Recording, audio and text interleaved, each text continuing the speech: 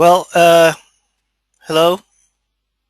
We're at the top start of the weekend, so I wish this would be a good start for everyone here. My name is Gil Zilberfeld. I'm the product manager at Typemock, and today I'm going to talk about C++ and unit testing in C++. Um, just switch this. What I'm going to show you today are examples of problems that are really universal in terms of unit testing, but how to deal with them in terms of both patterns and the tooling themselves really, let's say, exaggerated in C++. When we're talking about legacy code, for example, we're talking about C++ or C languages that have been around for 40 years in commercial use, and you'll still find this code in commercial use. And of course, a lot of code is added to this. So if you go to TIOBE, there's an index of languages. C and C++ are right up there after Java. So we have lots of legacy code, and regardless if you take the legacy code definition of Michael Feathers, which says legacy code is code that doesn't have any unit tests, or you take my definition, which is code that you've written up until 3 days ago. It's still a lot of code. Code without test, code that you're afraid to go into and fix. Code that is still maintained, code that is still being added features. Without the tests, it's very hard to do. It's very risky, let's face it. We're talking about tests. Tests are supposed to save you. So the language itself makes it easy to work with a lot of dependencies and constructs. We're going to see in a few minutes. And so if you've taken the leap and you want to if you want to write tests, basically you're faced with two options. The first one is to change the code in order to write tests. Now I'm assuming, which is a very safe assumption, that 95% of the code out there is not designed for testability.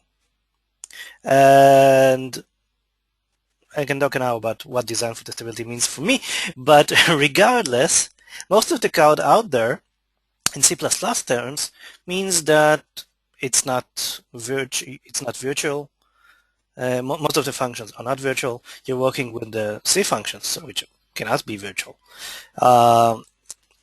We're not working with pure virtual functions, which is the equivalent of C++ for interfaces. And what the classic thing to do in terms to decouple code and make it testable is work with these kind of interfaces. And C++, I won't say encourages us not to use this, but like any other language, which modern C#, Java, like this, it's very easy to write code that basically does not conform to testability standards, let's say. So if it's not ready for testability, you can either change it, but that's kind of defeating the point, because if you're changing the code just because you want to write tests, you're introducing the same risks that you do with changing the code without tests, because just making it for writing tests does not mean that although it's a good cause, you're not introducing the bugs in there. The other option is to use an isolation framework or mocking framework. And I'm going to show you today the other way around, of course. I'm going to use Isolator++ to do these. Basically, what do we need? I'm going to show the examples today in Windows. So I'm going to use Visual Studio 2010, and I'm using a test framework. I chose Google Test because That's what I had at the time. And I'm going to use Isolator++ as the mocking framework. The same examples today you can do on Linux with Eclipse, a test framework of your choice, which is also the test framework of your choice, also works in Windows, and Isolator++ for Linux. So what I'm going to show you today is the same thing you do on Linux. So without further ado, I'm going to jump into the code, and the first thing I'm going to show you is talk about private calls. Now let me switch to Visual Studio. And my examples are going to be around, where is it? Simple code. Let me just settle in. Yeah. My examples, I'm going to go through 5 examples, really, 5 or 6 examples. Show you the code, talk about the problem, what are the different options, how to solve it. So I'm going to start with my code. One thing I'm not going to do today, though, is show you the setup of what I need in order to run this. Basically, I'm using Google Test and Isolator++ as DLLs, as runtime DLLs. So I'm including an H file for them and run them, link with the library, and run runtime with a DLL.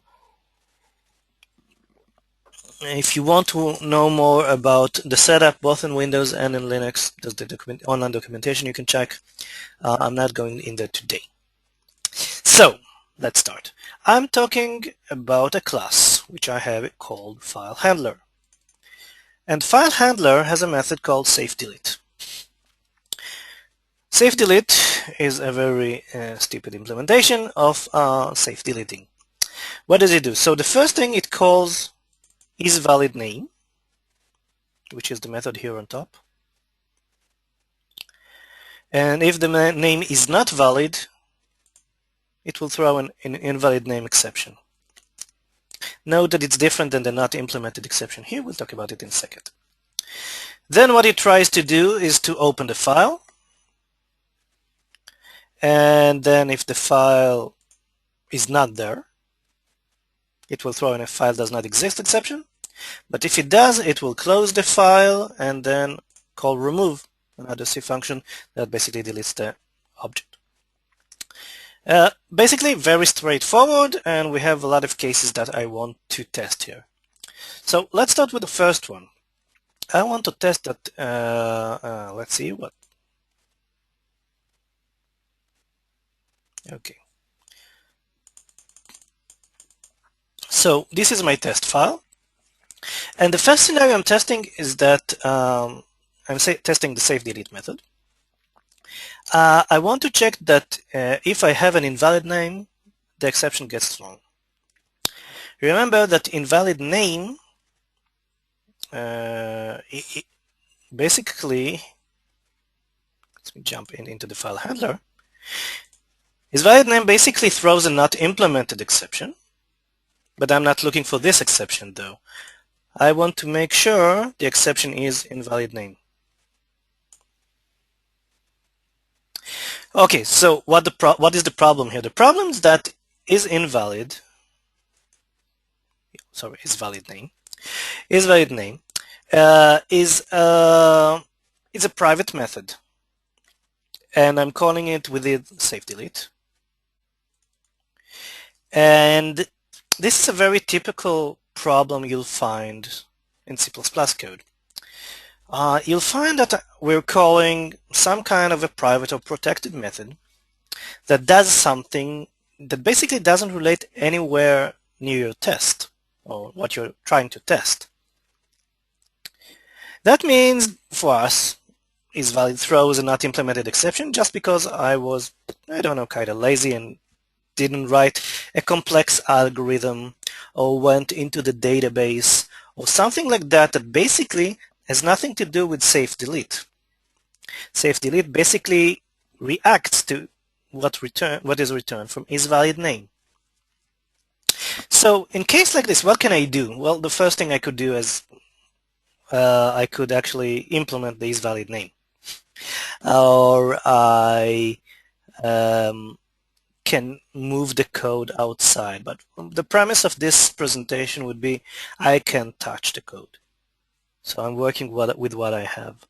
Obviously, having this with proper tools may be easier in terms of refactoring and stuff, but C++ has always been some kind of even harder to do in terms of tooling, so I'm not even going there. So, problem, I have a dependency on a private method. This is a private method of the code I'm actually testing. So what I'd like to do, basically, is short circuit this method. So this is exactly what I'm going to do. In my test, I'm going to change the behavior of isValidName to modify it, and instead of throwing this exception, just return false. And here's the code. So I'm creating my file handler, and then I'm using a setup, a macro by Isolator++ called private when called. Private when called, as its name suggests, takes two arguments, the class and the private method I want to call, and basically returns a value, false. So when I run the tests, what will happen is that it will not throw the exception, it will just return false. Afterwards, in my try-catch, I'm using handler just to invoke the method I want to test, save delete, and I'm expecting an exception to be thrown. This exception is invalid_name. And finally, I'm using assert, the Google test assert true, to see that the right exception was actually thrown. It's very simple. What I did here basically is I'm still working with my real object, my test object, and like I said, I short-circuited the isValidName. So that's problem number one and solution number one. Private methods. Okay. Let's switch back to my presentation and talk about global C functions. Okay, so we've checked the isValidName scenario. Now what? So next scenario I'm going to test is just called up. So we'll see it over here. The global C function. So if I'm continuing here with save delete, that after I pass the if, basically the scenario I want to test is what happens if there is no file there. Now, how do I check if there is no file? Regular way is start playing with files, because obviously my next examples would check what happens if the file is there. So the problem with that is that you'll need quite a setup, because if you want to run each test separately and repeatedly, that means you'll need to set up a file before and make sure it's gone after that, or the other way around, depending on the test. Playing with the file system is also slow, and that's a problem. I'd like to refer you to a webinar I did a month ago called 10 unit testing tips, something agile. You can check it on the webinar page on the Typemock the Typemock site. One of the things I talked about, one of the first thing, is that the difference between unit tests and any other tests is that unit tests run quickly, give you immediate feedback. Now, working with the file system is slow. That means that if you have a suite of tests, something like, I don't know, hundreds or thousands of tests it will run slowly. And when you start having suites that run slowly, you're getting into a spiral that goes like this. You don't feel productive because you wait a lot on the tests to simply finish, and therefore, because you're feeling less productive, you stop running them all the time because these long coffee breaks are too much for you. So, and then you feel that if you're not running the tests, you don't get enough value from them. Why put some effort into writing them? Now, obviously, this is a wrong way to go, a very downward spiral. And to get back into our discussion, that's something that we want to do anyway. So what we'd like to do is basically modify the fopen method to not go into the file system, but return a value nonetheless. So I'm going to switch back into the test file. So I'm testing the scenario that I have no file and I want the correct exception to be thrown. This time my setup is a bit different. Well, not that different. You can see we still have the handle creator and private when called, only this time it returns true, because I want to continue from there. And I have these two methods. Fake global and a macro from Isolator++, which tells every time you see fopen, ignore it. Only it has a kind of a default that I'm going to talk about in the next example though. And I need to specify that when fopen is called, and you can see the underscore macros here, fopen takes 2 arguments. The macro is another Isolator++ macro, which tells us that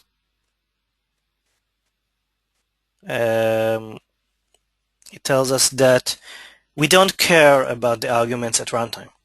So regardless of the arguments at runtime, it should just return null.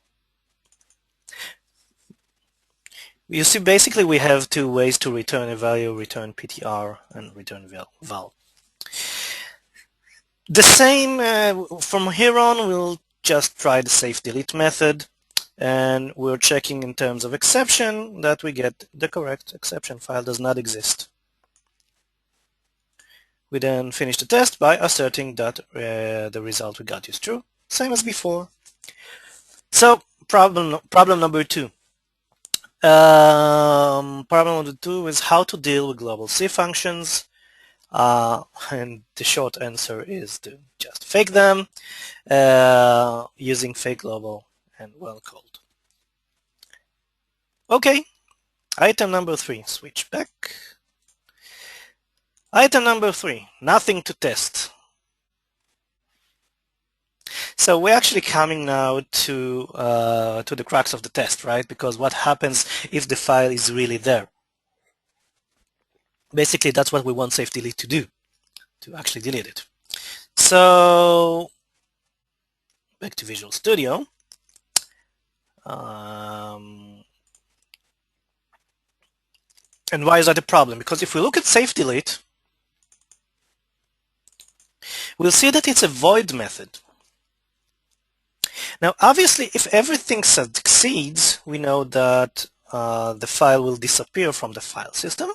And we talked about earlier about the different problems that we have regarding playing with the file systems, what we need in terms of setup, and make sure that in order to run the test, we need to clean up afterwards. So I'm not going to talk about this again. And the question remains, though, if I don't have any files to play with, how do I know that the method actually got succeeded? Or even without the would get. So how do I know that safe delete actually succeeded? And the answer is, if I know that remove was actually called, then it succeeded.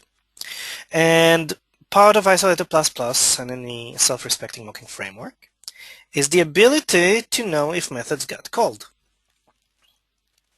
Now what do I need to do? This time I need to do a couple of things. I want fopen to return something that is not null, and then change the behavior not just of fopen but also of fclose, because I haven't really opened anything, and in fclose I need to not unclose anything.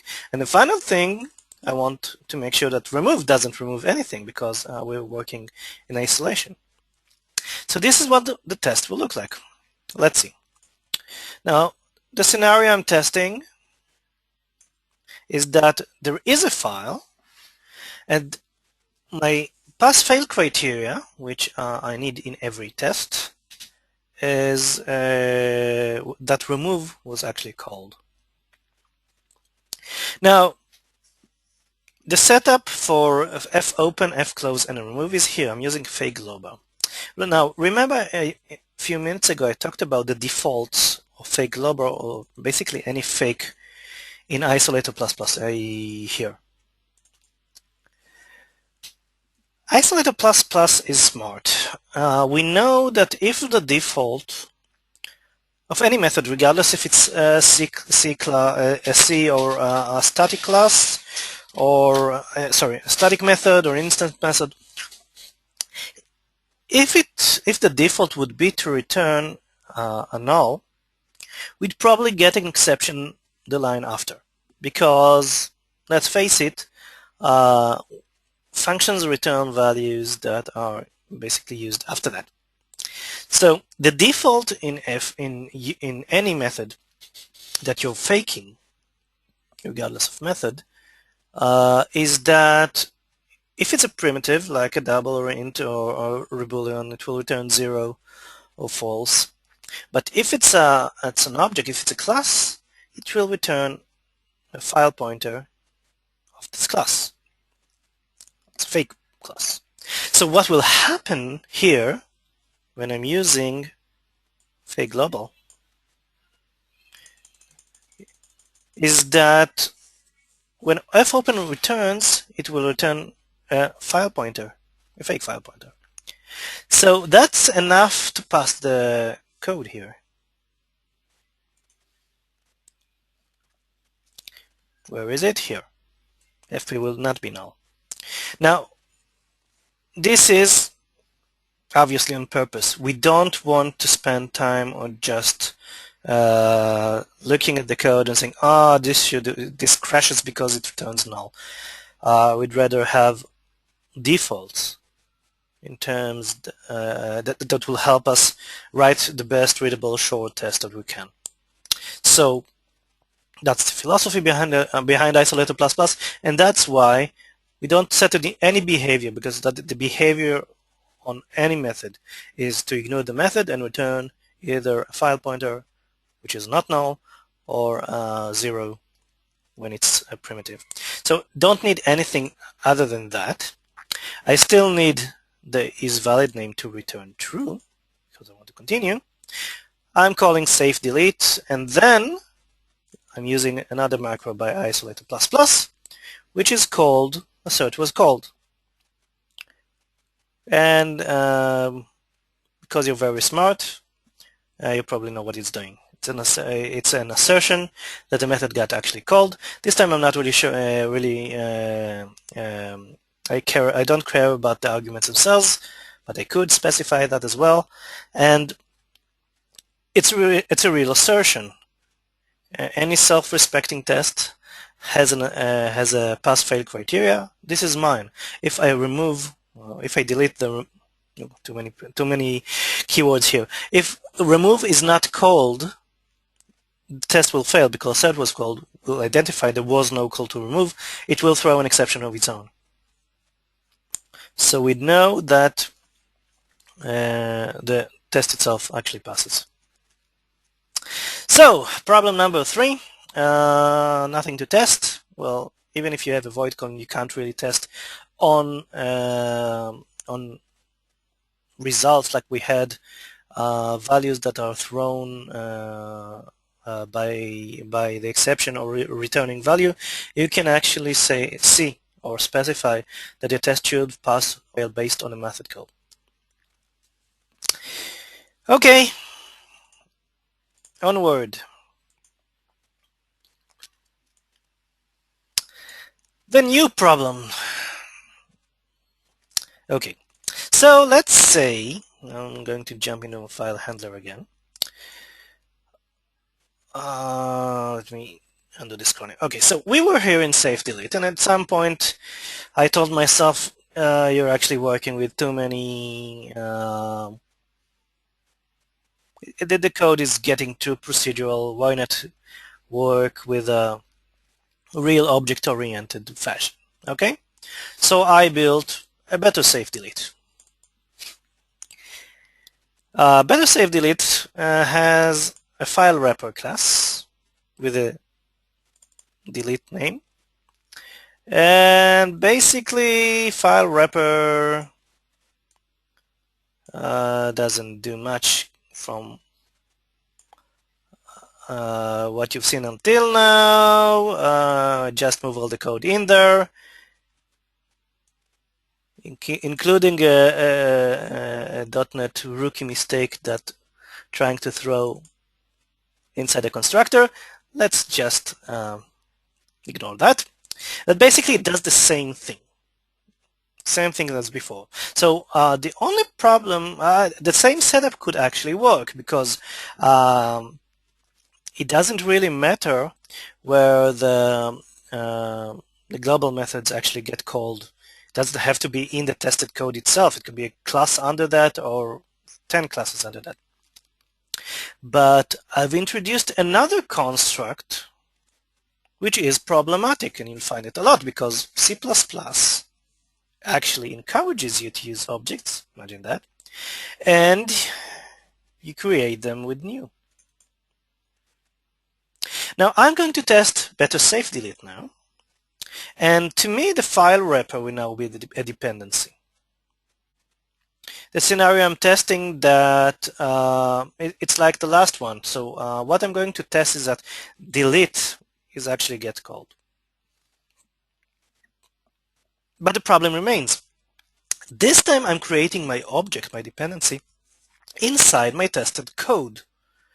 This is not something that, unless I'm changing the code, I can inject my own file wrapper and override stuff. It's hard-coded into my code. Now, what do? Most of the time,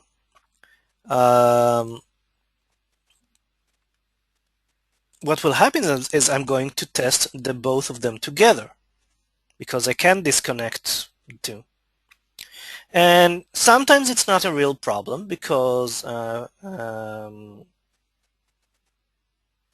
it's like part of it will run quickly and so on.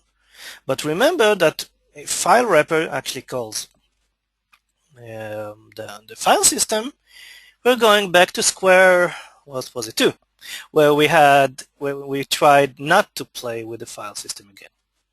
So like I said, I can use the same setup in terms of global faking, but this time I'm going to treat the file wrapper class as a dependency. So I'm not going to even bother with changing the behavior of anything inside it. I'm just going to test to say that it's going to be fake. Fake means every method gets ignored, constructor does not get invoked, and the only problem I got left is how to inject the fake code in. And we do it with fake all. Fake all is is another macro we have in Isolator++. And that means every time new file wrapper will be created, it will be created fake. And in the test code, I have a fake wrapper, which will become my proxy. Through this proxy, I can set behaviors, and I can actually verify things. I set methods. And this is basically what you see on the test. So I'm creating a fake file wrapper, which is really a proxy to what will happen, When better safe delete gets called, it will create a new file wrapper, but basically it will just return the proxy here. So it will be a fake object. Now the constructor will not be called, so I won't have any exceptions anywhere. And when better safe delete gets called, it calls the delete method, which doesn't do anything because it's fake. And all I need to do is use assert was called on the delete method. It's very basic. This kind of a technique, working nearer the tested code and isolating it from the other code, is very helpful because it gives you the ability to write less setup code for the test. It also makes for less brittle tests, because the more setup you write in the test that knows about the innards about your code, it's more sensitive to code changes, which you might introduce, and then the test will break. And it is not broken just because you entered a bug, but just because you refactored something. Okay, so that was number 4. We call this a future object problem. So a future object is something that's created not inside the test function, but inside the tested code. So it's a new object, and obviously we can really work around it very easily. Okay, the final thing I'm going to show you is something that's very unique, not unique, but it's very prevalent in C++, and less though in Java and .NET. And that's reference parameters. So C and C++ have encouraged you, or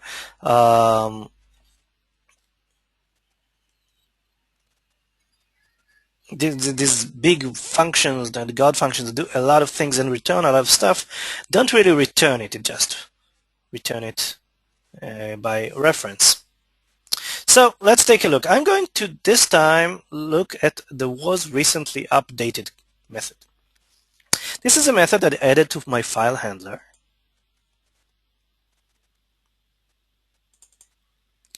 And like a good object-oriented programmer, I just delegated the real code to do this into the file handler. Sorry, my file wrapper, which is here. Okay, so let's see what was recently updated does. Was recently updated basically calls two APIs: get file time and file time to system time. Now, for those who haven't dealt with these kind of functions, get file time returns the create time, the access time, and last write time. And they do it in they return a struct called file time, which is basically not for people. It's for computers. And if you want to do some human calculations, you need to convert it into system time. And this is what file time to system time does. It takes the file time of my choosing and then returns system time, which I can actually work with, because you can see that if S time is here is since started 2011, the method will return true, otherwise it will return false. Now, obviously we've seen this kind of thing before, where get file time to system time are global functions. We know how to deal with them in terms of a global. But this time we're not just returning a value from them. We are returning values by reference. Now, like I said, this is very common in C and C++. We'll see that a lot, and there's almost nothing you can do apart from, I don't even know how to change the code to return structs or something like that. and build some abstractions around APIs, which is, apart from risky, it's just building abstractions for nothing. So this time I'm going to test both layers. That means file handler calling the real file wrapper. Only I'm interested in this method alone. So I'm not interested in opening a file. Just basically what I'm concerned is if this logic actually works. And for this I need to simulate stuff that is returned from get file time. Now if you look closely, first of all I'm using the FP, the file pointer, which is created in the constructor, which basically I don't want to deal with anyway, because for me constructor, that the file itself is not really important here. I'm going to supply the time by myself. Second, if you look at these two calls, you'll see that if I fake get file time to get an FT write struct, I could return whatever I want here, but basically what I'm really interested here is that if I put something here, I get the proper S time. So the behavior I'm trying to change really is of this method. I just want file time to system time to return my fake value, and I just need get file time just to get ignored. So this is basically what I'm going to do. I'm going to go back to the test now. And let's see what the scenario I'm testing is. So I'm testing was recently updated, and I want to simulate an old file. In that case, I'm expecting false. So let's see what I'm doing here. You'll see that I'm using fake all because, like before, I'm creating the file wrapper here. Only I want to run was recently updated with its original code. This is basically a counterexamples to what I showed you in the first example. In the first example, we had a real object, file handler, which I wanted to short circuit a single method, the private method. This time, basically what I'm interested in is a whole fake object which only one method I'm interested in. So in order to do this, I'm using with when called the construct call original, which for file wrap for the fake wrapper means that every method on it gets ignored apart from this one. So when was recently updated will call was recently updated on it, it will actually get invoked. What else do I need? Okay, so I need to use fake global on get file time. Only I don't specify any behavior on it. I'm not really interested in what it returns, or even as parameters. What I am interested in is what file time to system time returns. So obviously I'm using fake global time to system time. And I'm creating my own fake write time of the year 2000, which I'm going to pass in the when called of file time to system time. File time to system time takes two arguments. The first one I don't care about. The second one is what I want to appear to have returned from the method. And I'm using the ret macro to specify that when the method gets called, it will give back this value. The final part of this method is basically telling the method to get ignored. It will just appear to have been called, of course, and return this. And obviously, after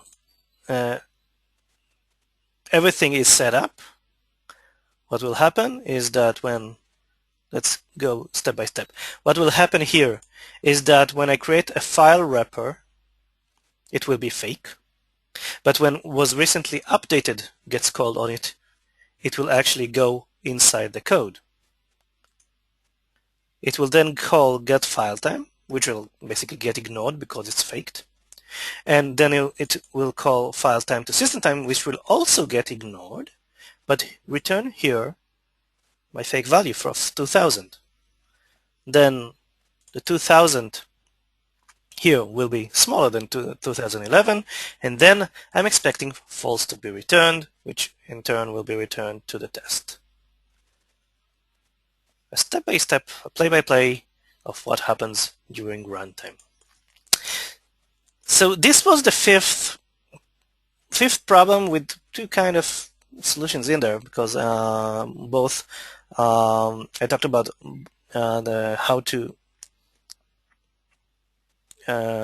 long circuit a single method, and then using the ret macro to specify a return value from a parameter.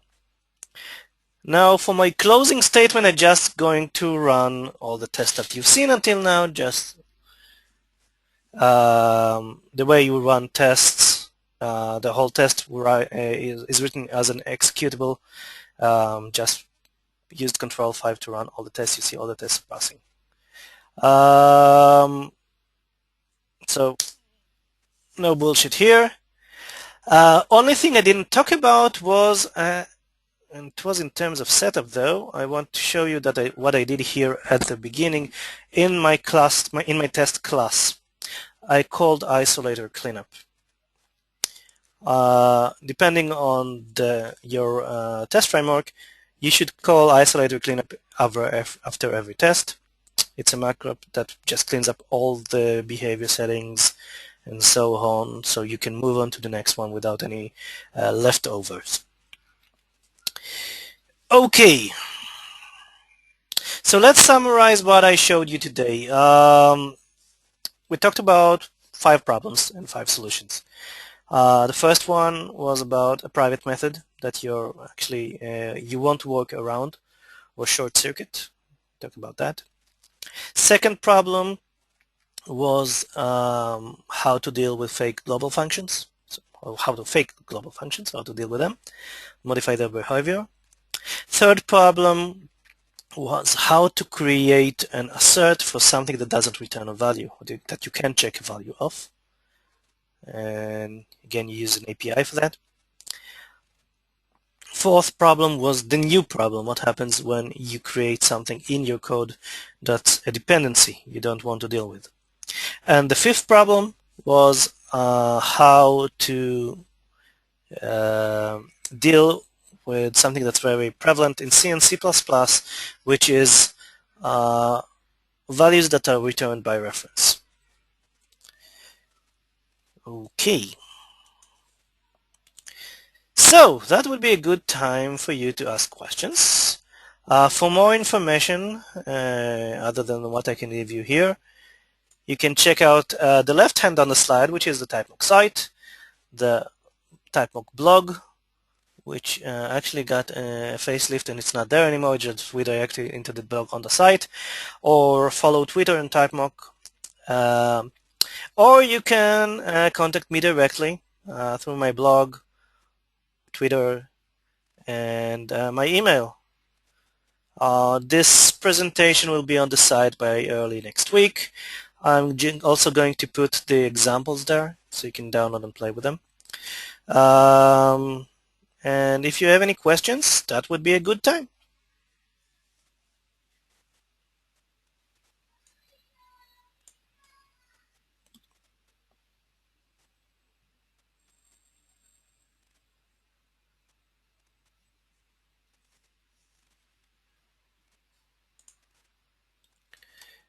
Okay, just need to find the right pin.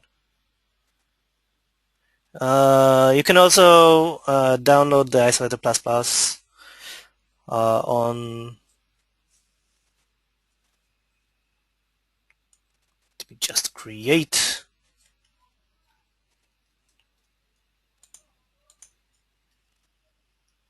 The wonders of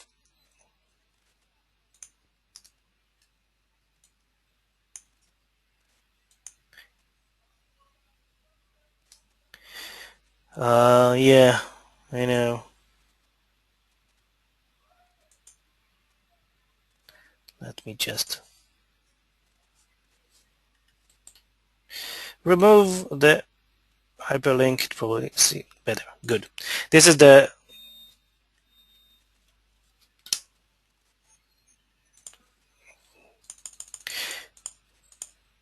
hold on here. This is the where you can actually download Isolator++.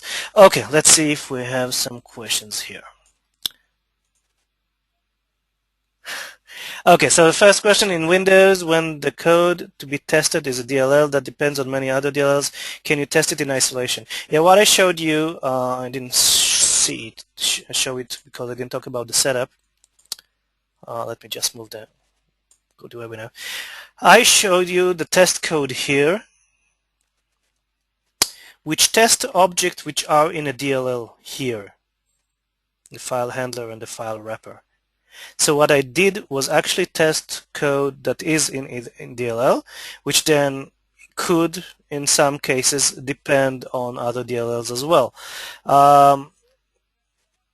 What you need is, first, like everything in C++, you need to get the code compiled. If you isolate the calls from the first DLL, which actually calls the second DLL, the second call to the DLL will not actually happen, so you don't need the second DLL, but you probably need the first DLL in order to test it. But it also depends on you or where you put isolation. Okay, second questions. What technical challenges do you face developing Isolator++ 64-bit?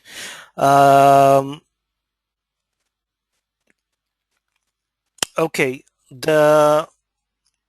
because it's C++ and it's not C#, most of the core interception mechanism and passing data around to appear as it would have appeared from thin air, like the parameters, like return value, is different than a 32-bit code. And that means that the core needs to be rewritten. It's nothing about the APIs, it's something about the runtime. So the interception and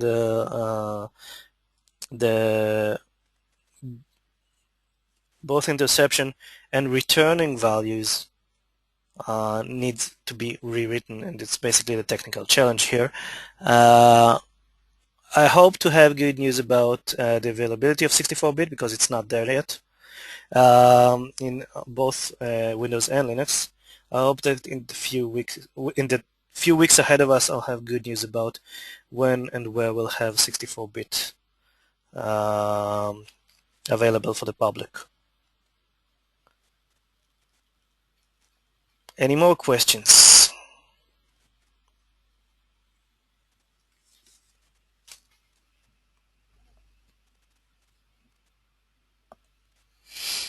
Okay, last chance.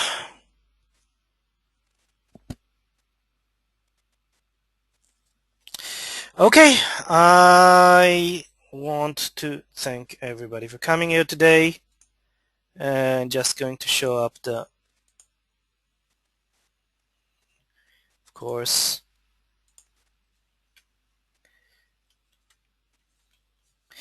I want to show up my penultimate screen with my problematic mouse. If you want to contact me, ask me questions, this is how you do it. And I want to tell you bye-bye everyone, have a nice weekend, and see you in other webinars coming up. Bye-bye.